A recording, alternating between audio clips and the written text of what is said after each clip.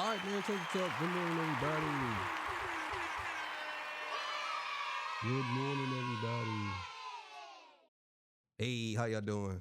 How's everything, man? Hope everybody's good. Hope everybody's lovely.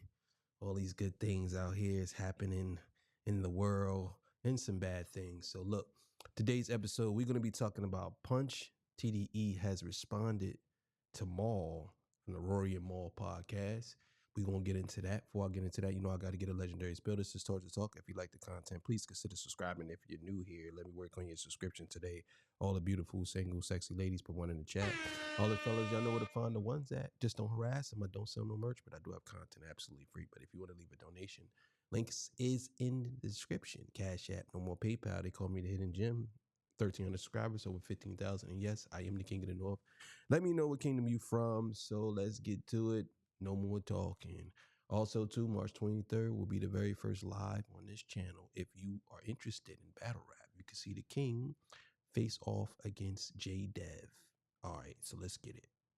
All right, this comes courtesy of Chink Smooth. You know what it is, so let's go. Bro, man, this is getting nasty, you guys. This Drake versus Kendrick Lamar beef is getting to astronomical levels. It's getting to the point where you already know what sides people are going to take before they even speak. Now, let me just give props to the rational fans on both sides, whether you love Drake, you love Kendrick. If you're a fan that refuses to let this beef blind you, and you can still enjoy music from both parties, kudos to you. There's not too many. I mean, I guess, but you have to be a very special person to do something like that when it comes to music, because it kind of, the mainstream media makes you choose a side. And I don't mean like legacy media. I'm talking like Facebook and TikTok and X, Twitter, like they make you choose a side. But people want to stand on something. They have to stand on either Kendrick's side or you have to stand on Drake's side. It's one or the other. And a lot of people hate Kendrick. I don't know why. I mean, he's everything that a hip hop artist should be. And a lot of people hate Drake. And I understand why. Because he's everything a hip hop artist shouldn't be. So let's keep it going. Many of us out there anymore. I keep telling you guys, it's okay to enjoy music from both sides. Not only that, it's okay to enjoy performances from both sides as well. I promise you guys that you do not have to die on the hill defending one artist over the other. Now, after Kendrick performed at the Super Bowl halftime show, if you were pro Drake, you hated this halftime show. If you were pro Kendrick, you loved it. From rappers, entertainers, comedians, and podcast personalities, nobody really switched sides. So when Mal put out this yeah, I didn't understand that this is like blatant hate from Mal. You know what I'm saying? It's like, even if, like I said before, even if Kendrick was to come in here and did something that was astronomically good, he still would have put this up. There's no satisfying people like him. No satisfying people like Mal. Because he already chose a side, and it is what it is. No matter what happens, he's always going to say it's okay. Even if it's the greatest thing since pants with pockets, he's going to say, yeah, it wasn't that good.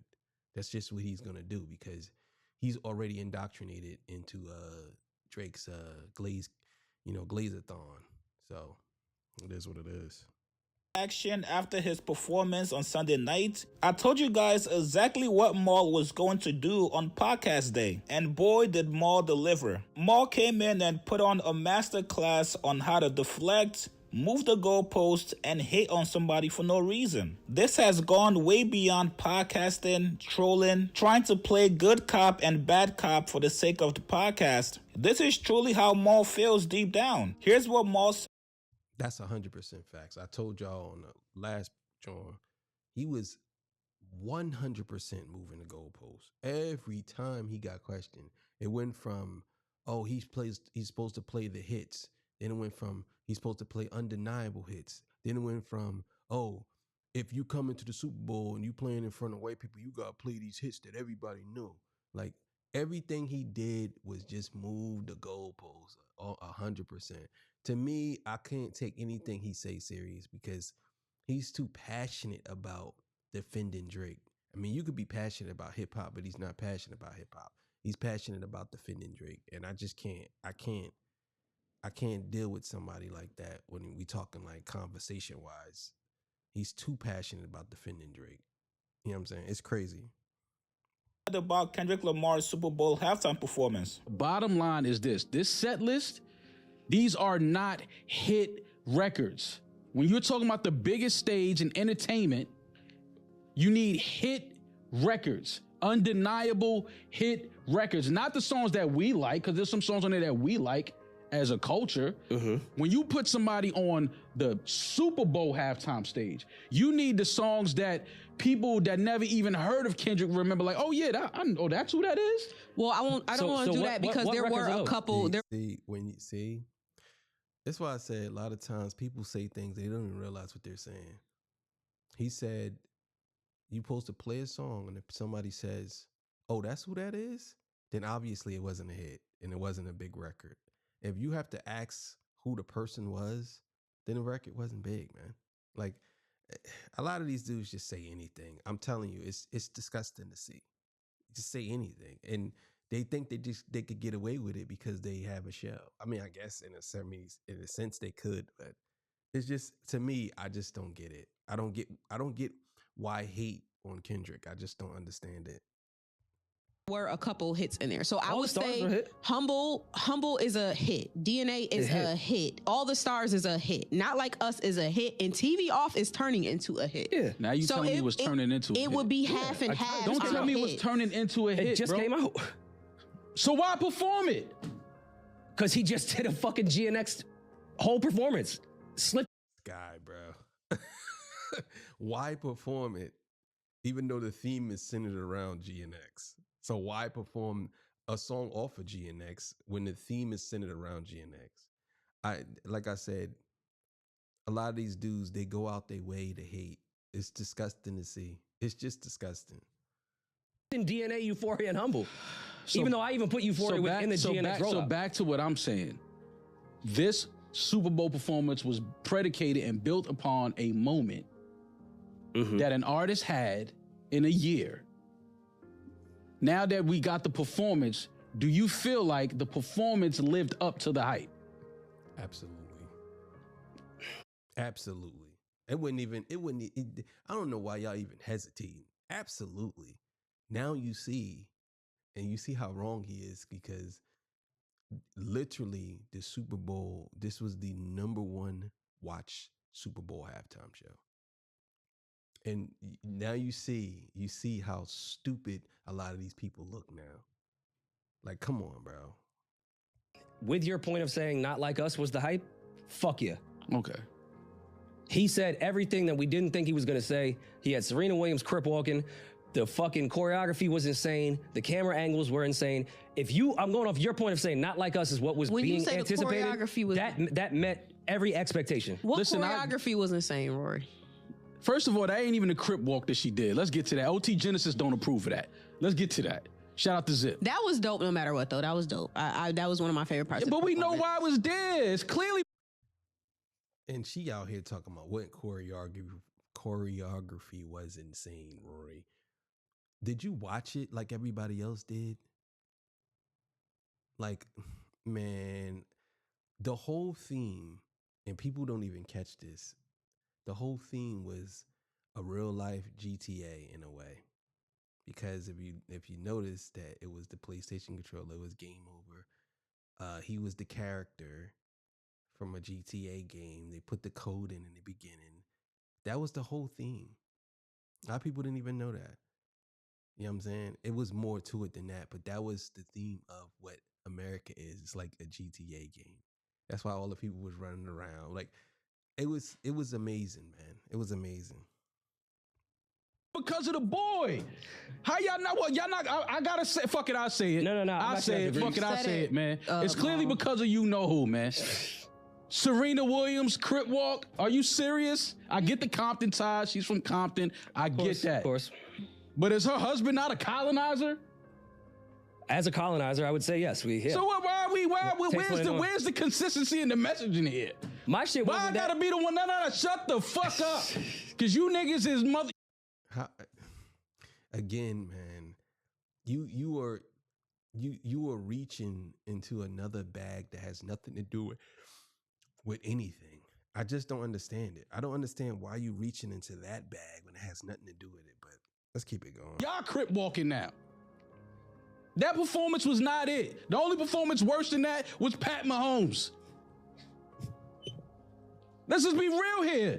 Y'all gonna make me say it like the bad. Y'all was not, that shit was very lackluster. For the moment and the anticipation, because I'm not gonna lie, I was anticipating it. I'm like, I'm gonna see when he had 75 niggas come out that little GNX, I was like, damn, that's like when David Blaine made the whole audience disappear. How did he do it? Yeah. But after that, it was like, I like these songs. I like some of them, but they're not hit. We just watched Usher perform hits last year. Rihanna hits the year before that. The Weeknd hits, like, these are not hit records. I like some of these records. All of the Stars is my shit. But not at the Super Bowl. Well, first of all the stars should definitely be played at the Super Bowl. I think All the Stars deserve. Bro's wow. He's wild for that take. All of the Stars is Kendrick Lamar, is one of his biggest records of all time. Matter of fact, it's one of the biggest records of all time. And you sitting here saying he shouldn't have performed that, but you want him to perform hits. That's what I mean by he moving the goalposts. And this is why I said that I feel like he focused. All of the Stars can be performed at like All-Star Weekend. No, bro. When you talk All about of the the Super Stars Bowl is one of the biggest. What are you talking about? All the Stars is a huge record. It is a huge record, but you also got to understand audience, Damaris. That's the part you're not factoring in here. When we get all of these fucking videos from the audience just standing there, sitting down, looking at this dude because they don't know who Kendrick is. This is the NFL. This is a predominantly white entertainment sports thing. This is not NBA. They stood there when Beyonce performed Formation too. The people that are at the Super Bowl is not who you perform for. That's not who Jay-Z is going and grabbing, entertain these billionaire white people. Yes, I get it. You want to perform for people that are not there so they could tune in and watch it. I get that. But guess what? The numbers dropped. He didn't even do what Usher did. It's Usher. This nigga had the hottest shit. Usher hasn't had a year like this in how many years? Dog. What are we talking? No. Usher, you know what it is? Usher has a catalog of records over the last 25 years. Kendrick also has a catalog. He didn't perform his catalog. He don't have the hits, man. Yes, he we like some of these songs, but then this is what I mean. Like you go above and beyond and overboard. Just first you say he need to play the hits, and then you say he don't have hits, but then you say he do have it. He's so all over the place. He don't even know what to do. He don't. Not undeniable. Usher has an undeniable catalog. I'm saying it's Usher. It dropped 6% down from what Usher did as someone that is just a rapper. My mom, what does that say? And all her friends are sitting there for Usher no matter what, because that's Usher. He's been here for 25 years as a pop star. Factor in, my mom's gonna go to the bathroom during the Kendrick shit. Year that Kendrick had. Factor that in. But you're not factoring in the audience Usher never of had a year like that. As dope as Usher is, Usher never had a year like this. Not like us shit. Never in his fucking life. I'm older than all of you niggas in here, and I'm telling you, Usher Raymond has never had a year that was this hot. He's never had a moment. He's had a fucking career as That's a my pop point. artist. Thank you for finally getting where I'm at. You giving a nigga a fucking stage like that based off of a moment. And I think that's where we disagree, that Kendrick Cut it out, is man. valued Keep at it this real, regardless. man. I like Kendrick. I don't want to sound like I don't like Kendrick. He got shit joints that I like. You don't like Kendrick, bro. I don't know why you keep saying that. You don't. I'm talking about giving somebody this stage based off of a song and a moment was a fucking fail. They should have never given him that. They set him up to be now online where people are saying this is the worst halftime performance ever. It was mixed reviews like anything else. Damn, that all this didn't age well. I'm telling you, this is crazy. Because now you see the people online saying something totally different. Okay, so let's Now, Mal was absolutely proved wrong by his take after Mal said Kendrick numbers dropped and he didn't do what Usher did last year. The reports came in today that Kendrick's Super Bowl halftime show was the most watched Apple Music halftime show ever, with 133.5 million viewers. Now, Punch TDE was not a fan of what Mal said, and he reposted this as a response saying, "Wow, that's a lot of people watching. Great performance." And then Ray Vaughn from TDE also responds back to Mal. He said that uncomfortable built nigga Mal hate got a monthly subscription plan. Nigga delivers judgment bi-weekly like it's a direct deposit. I know that chair, he said, and stank like a motherfucker. Ouch, god damn. Now, as far as Mal, I don't really think... This is what I mean. See, people be jumping the gun. They so hyped to just discredit Kendrick for some reason. And look what happened. Bam. Bam. Right there in his face. Right there. Now, I want to see if Mal replies to that. Because, see, a lot of times he'll reply to other things, but when it's a fact like that, he won't reply to that. Oh, it dropped. What happened? Yeah. He beat Usher Raymond. He had the most viewed. What about that? How you feel about that? Like, come on, bro. They know what they're doing.